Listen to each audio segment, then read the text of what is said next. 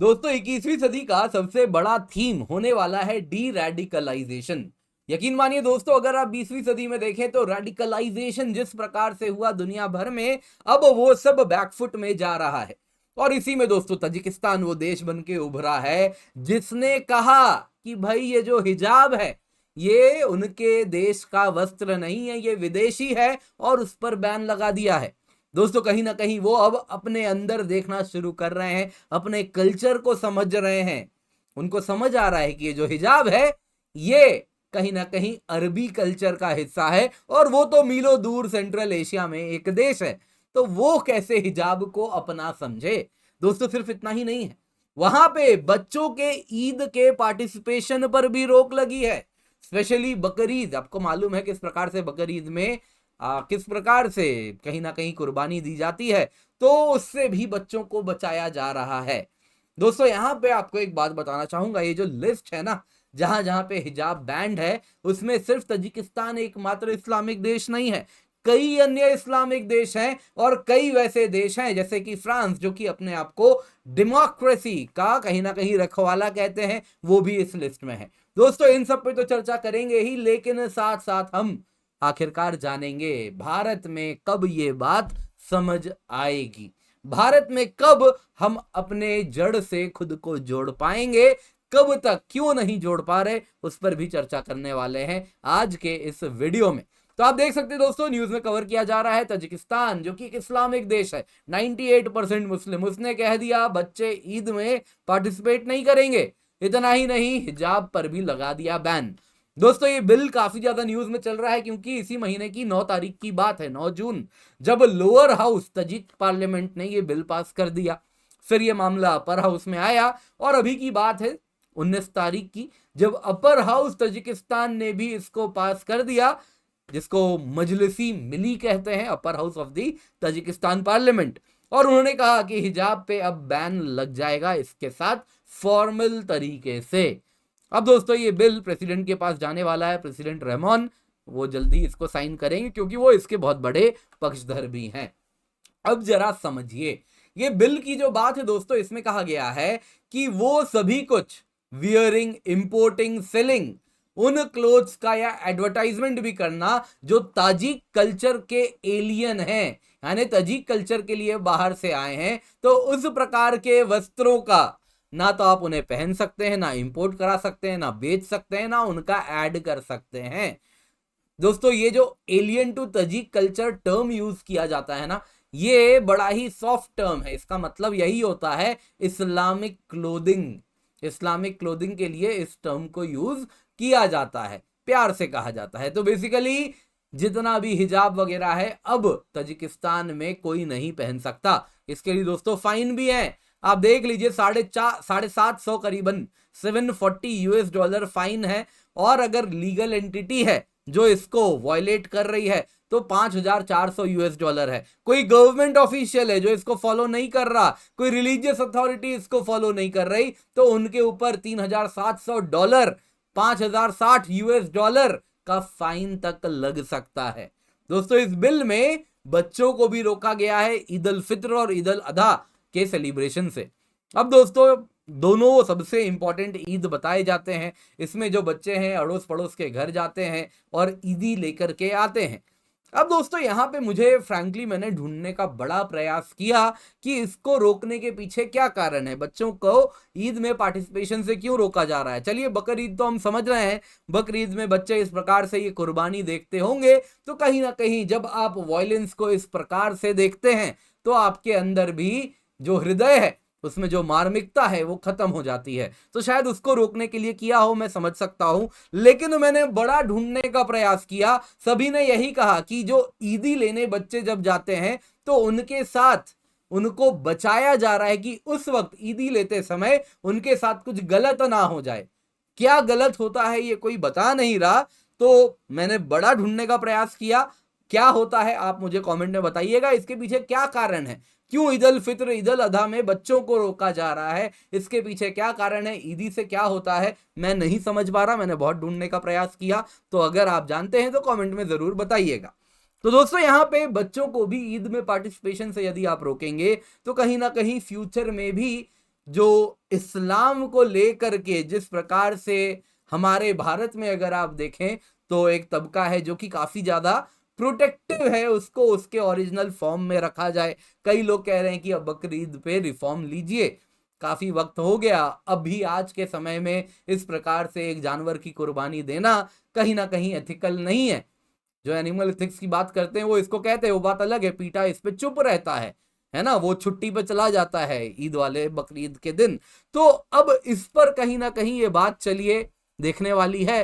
तो यहाँ पे दोस्तों तजिक कल्चर की अगर हम बात करें तो उसमें काफी टाइम से वो अपने कल्चर को प्रोटेक्ट करने का प्रयास कर रहे हैं। वो कह रहे हैं कि जो इस्लामिक कल्चर है ये एलियन है, उनका कल्चर नहीं है। हिजाब पे दोस्तों क्लैम्पडाउन 2007 से ही शुरू हो गया था। पब्लिक संस्थाओं में, ऑफिस में, स्कूल में, कॉलेज में आप उसको पहन नहीं सकते थे, अब तो कहीं नहीं पहन सकते। 2007 से ही प्रयास चल रहा था। अथॉरिटीज ने तजिकिस्तान का नेशनल ड्रेस जो कुछ इस प्रकार का है इसको प्रमोट करने का प्रयास किया, एक हैंडबुक निकाला, कहा ये पहनिए, नीचे पुरुषों का भी कपड़ा मैंने डाल दिया है, तो ये सब पहने। अगर आपको ट्रेडिशनल पहनना है तो आप अपने कल्चर को तब प्रोटेक्ट करते हैं इस प्रकार की चीजों को पहन के। अगर आपको कोई कहता है कि आप हिजाब पहन लिए, बुर्का पहन लिए, तो आप ट्रेडिशनल अपने कल्चर को बचा रहे हैं, तो ये गलत फहमी है। आपके दिमाग में किसी ने गलत बात भर दिया है, क्योंकि आपका कल्चर ये है, ना कि वो बुर्का, ना ही उस प्रकार का निकाब है। तो दोस्तों तजिकिस्तान वाले तो समझदार हैं, वो तो समझ रहे हैं। उन्होंने दोस्तों इतना ही नहीं किया है, अब थोड़ा अथॉरिटेरियन भी है वो, उन्होंने कह दिया कि भाई दाढ़ी भी नहीं रख सकते। अब मेरे तरफ आप देखेंगे, कमेंट करेंगे ये दाढ़ी चलता है, ये तो स्टाइल वाला है। वो दाढ़ी होती है ना जिसमें मूछें हटवा दी जाती हैं, बस दाढ़ी रहती है, तो वो देखते ही वो आते हैं, पूरा शेव करवा देते हैं, ठीक है। तो इसलिए मेरे तरफ आप इशारा मत कीजिएगा, ये दाढ़ी स्टाइल वाली है। वो दाढ़ी जो होती है जिसमें, है ना, किस प्रकार का पता नहीं लोग क्या कहते हैं, खाली बकरा जैसा शायद ऐसे रहता है और मूछें हटा दी जाती हैं, तो वो वाली दाढ़ी देखते ही वो पब्लिकली पुलिस आती है, पकड़ती है और दाढ़ी भी शेव करके चली जाती है। दोस्तों यहाँ पे अन्य देशों में भी अगर आप देखें तजिकिस्तान के सिवा, तो इस प्रकार से आप देखें तो हिजाब को लेके काफी ज्यादा आउटरीच चल रहा है। कजाकिस्तान, किर्गिस्तान में भी हिजाब पे रोक लगी हुई है। उज्बेकिस्तान में भी अगर आप देखें तो पब्लिकली हिजाब को बेचना रोक लगा हुआ है, उस पे आप फेस व्हील पब्लिकली नहीं पहन सकते, बेच नहीं सकते। अब दोस्तों वैरिंग डिग्री है, कहीं पे स्कूल में बंद है, कहीं पे पब्लिक इंस्टीट्यूशंस में बंद है, तो कहीं जितना भी ऑफिस वगैरह में आप नहीं पहन सकते। चाइना में तो स्ट्रिंजेंट बैन है, कहना ही क्या, वहां तो मॉस्क का भी आर्किटेक्चर बदल देते हैं, कहते हैं कि आर्किटेक्चर भी चाइनीज आर्किटेक्चर के अनुसार होना चाहिए। तो वहां तो पूर्ण रूप से बैन है, ना ही किसी की हिम्मत है। आपको मालूम है उइघुर जो थे उनके साथ क्या हो रहा है, तो वो तो अलग ही कहानी, मैंने डिटेल्ड वीडियो भी बनाया था। रशियन फेडरेशन में भी 2 स्टेट्स है, वहां पे हिजाब प्रॉपरली बैन लगा हुआ है, कोई नहीं पहन सकता। दोस्तों यहाँ पे जो डेमोक्रेसी के जो फ्लैग बियरर्स हैं, तो जैसे ऑस्ट्रिया हो गया, फ्रांस हो गया, उन्होंने भी हिजाब पे रोक लगा के रखी है। Germany, Netherlands, Switzerland, Denmark, Belgium, उन्होंने भी अलग अलग तरीके से रोक लगा के रखी है कि आप ये पहन के स्कूल नहीं आ सकते, कॉलेज नहीं आ सकते। कनाडा में भी, है ना, ट्रूडो जी दुनिया के रखवाले हैं डेमोक्रेसी के, तो उनका जो दीमक वाला क्रेसी है, उसमें भी अगर आप देखें तो पब्लिक सर्वेंट्स ऑफिस नहीं आ सकते हिजाब पहन के। अफ्रीका में मुस्लिम डोमिनेटेड नेशन जैसे कि टूनिसिया, चड, कैमरून, रिपब्लिक ऑफ कॉन्गो, वहां पे भी अलाउड नहीं है हिजाब पहन के ऑफिस आना। तो दोस्तों ये लंबी लिस्ट है। लेकिन अब भारत में क्या होता है, भारत में तो हिजाब को अधिकारों से जोड़ के देखा जाता है कि माइनॉरिटी राइट्स छीन लिए यदि आपने हिजाब को लेके कह दिया कि भाई स्कूल में यूनिफॉर्म पहन के आओ, हिजाब मत पहनो, इतनी सी बात बोल दी तो सब सड़क पे आ जाते हैं। क्योंकि भारत में एक तबका ऐसा है जो अच्छे से जानता है कि ये हिजाब भारतीय, कहीं ना कहीं से भी भारतीय ट्रेडिशन का हिस्सा नहीं है, ये अरबी कपड़ा है, इसको फंड करता है वो मदरसा जो कि बाहर से पैसा पाता है, वो अरब से पैसा लेता है, और उसके बाद उसको चलाने वाले जो हार्डकोर, अगर आप देखें तो रेडिकलाइज्ड व्यक्ति है, वो इन मासूम महिलाओं को, बच्चियों को आगे लेकर के चला जाता है, उसको एक ढाल की तरह इस्तेमाल करता है। और ये कोई आज नहीं हुआ जब हिजाब को लेके हमने इस प्रकार के प्रोटेस्ट देखे हैं। हमने ऐसे ही प्रोटेस्ट सीएए को लेके भी देखे थे, जिसमें वही तबका इन्हीं महिलाओं को, इन्हीं बच्चियों को ढाल की तरह आगे खड़ा कर देता है और खुद उसके पीछे अपना वो फायदा नापता है। हमने यहां भी देखा है, यहां भी ये जो हिजाब पहन रही हैं बच्चियां और इसी के लिए प्रोटेस्ट कर रही हैं, ये उन्हीं के बहकावे में आके पहन रखी हैं ये, और उसी के लिए लड़ भी रही हैं। बस क्योंकि उस जो व्यक्ति है जो कि इनको ब्रेन वॉश कर रहा है, वो बाहर से पैसा ला रहा है, वो बाहर से पैसा पा रहा है।